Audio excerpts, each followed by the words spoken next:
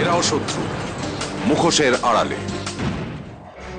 নীলে, একবার একটু ভাবো, ওর স্বপ্ন সাংঘাতিক। ওর স্বপ্ন কিন্তু অনেক সময় ভুলে যায়। আমি ঘন ঘন দেখছি। নীলে, নীলে একটু ভাবো, বাবার চন্দ্র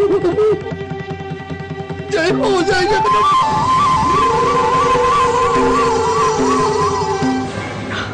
এ হয় না, এ হয় না।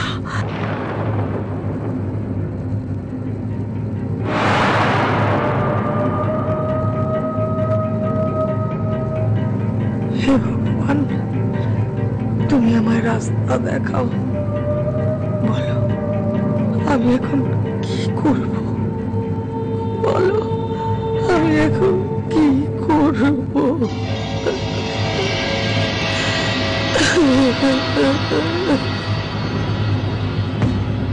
বলছিলাম, আজ মেজ বৌদি খুব টেনশন করছে। সকাল সকাল এসে আমাকে জিজ্ঞাসা করছিল যে ভোরের স্বপ্ন সত্যি হয় কিনা। আমি জিজ্ঞাসা করলাম কেন, কিন্তু আমাকে কিছুতেই বলতে চাইলো না। কেমন যেন একটা ভয় পেয়ে যাওয়া চেহারা। জানো তো, আমার না ওকে দেখে খুব খারাপ লাগছিল।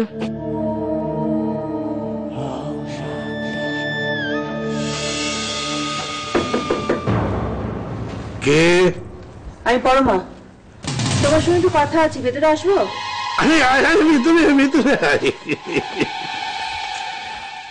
দেখো মেজদা, আমি তোমাকে খুব ভালো করে চিনি।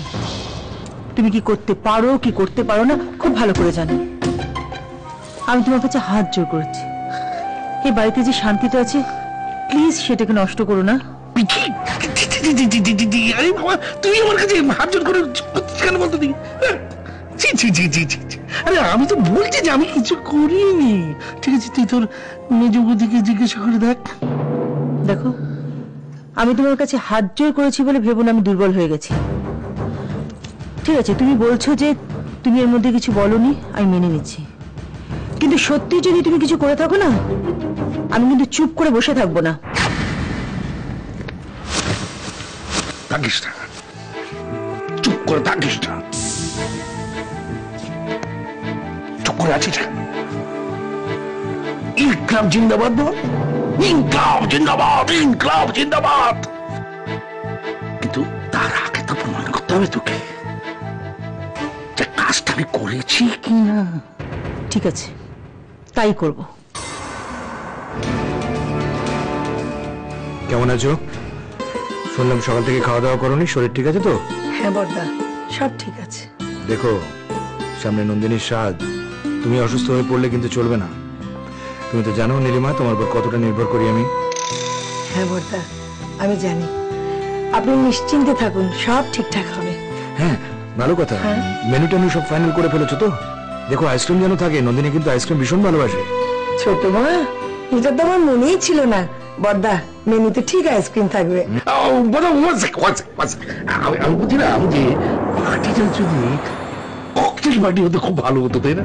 মানে দিনের বেলা তো ব্যাপারটা কিরম কিরম, মানে লোকজন আসবে কি আসবে না, ব্যানম্যান হয়ে যাবে সেরকম আর কি। মানে রাতের বেলা একটা ককটেল ডিনার হলে না, কোনো লোক আসতে পারতাম না, যাও আসবে।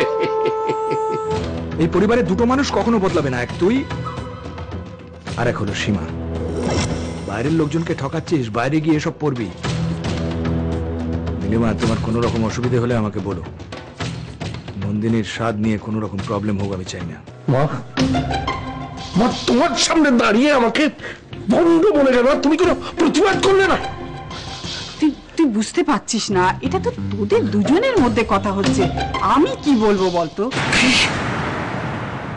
কি বললে তুমি? এটা আমাদের দুজনকার ব্যাপার। বলো তো, এটা আমাদের দুজনকার ব্যাপার। ঠিক আছে, ঠিক আছে, এই বন্ধ জ্যোতিষী কি করতে পারে সেটা দেখিয়ে দেবে।